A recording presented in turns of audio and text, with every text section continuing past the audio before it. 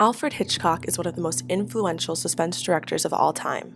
He keeps his audience on edge and manipulates us in many of his movies. Today, we're going to be looking at how he does this in his 1960 film, Psycho.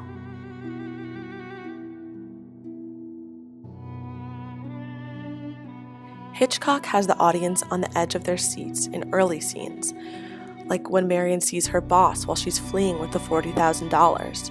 The police presence in these scenes, the music, and Marion's shifty attitude makes the audience feel anxious. Hitchcock's ability to make viewers feel uneasy and to deceive his audience makes the reveal at the end of Psycho all the more shocking. The audience meets Norman Bates at the same time as Marion Crane, our false protagonist. Many viewers may recognize Anthony Perkins from the 1956 film Friendly Persuasion, for which he earned an Oscar nomination. He is a handsome actor and a familiar face that viewers may be predisposed to have positive feelings towards. He is awkward and sweet. Viewers may even share in Marion's pity for him. We can tell from his gestures, the way he stands and talks, that he is socially inept. But we like him because he's sweet. He offers Marion a hot dinner and asks her to join him. We sympathize with him after hearing his mother yelling at him. Marion looks upset, a little uncomfortable, maybe guilty too, but mostly it's a look of pity and sympathy for poor Norman Bates, who is alone looking after his cruel mother. As they eat, Norman talks about his mother while they sit in a parlor surrounded by birds of prey, birds Norman has stuffed himself. As creepy as taxidermy is, and as unnerving as the setting is, the audience doesn't really suspect Norman of anything. Even when he points out that Marion eats like a bird, or that his mother is as harmless as the taxidermy surrounding them, Hitchcock may foreshadow Marion's death and Norman's psychosis rather blatantly through the symbolism in the scene.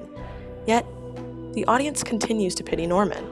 By the end of their conversation, Marion is noticeably uncomfortable and excuses herself. Norman has gone from harmlessly awkward to suspicious and weird.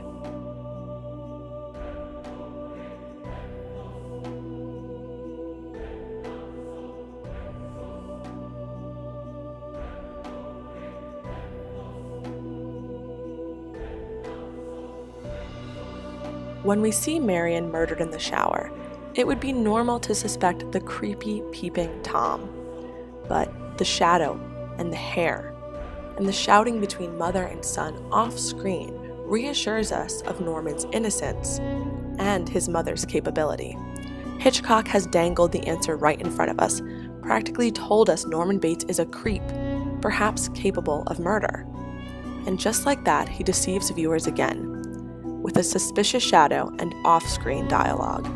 He manipulates the audience into thinking that Mrs. Bates is alive and a killer, one Norman simply obeys and cleans up after, out of fear and a twisted idea of love. Even upon the reveal that Norma is dead, that she was buried 10 years ago, viewers, like Lila and Sam, believe there's a woman living with Norman. We suspect one of two things. Someone was buried in Norma's place, and she resides in the house on the hill, living in secret. Or Norman is secretly housing some mysterious and dangerous woman.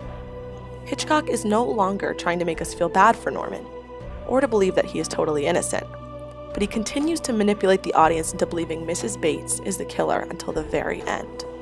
Until we see the skeletal remains of Norma, and Norman clad in a wig and women's clothing, we don't suspect him of being the killer. Hitchcock has created the perfect thriller.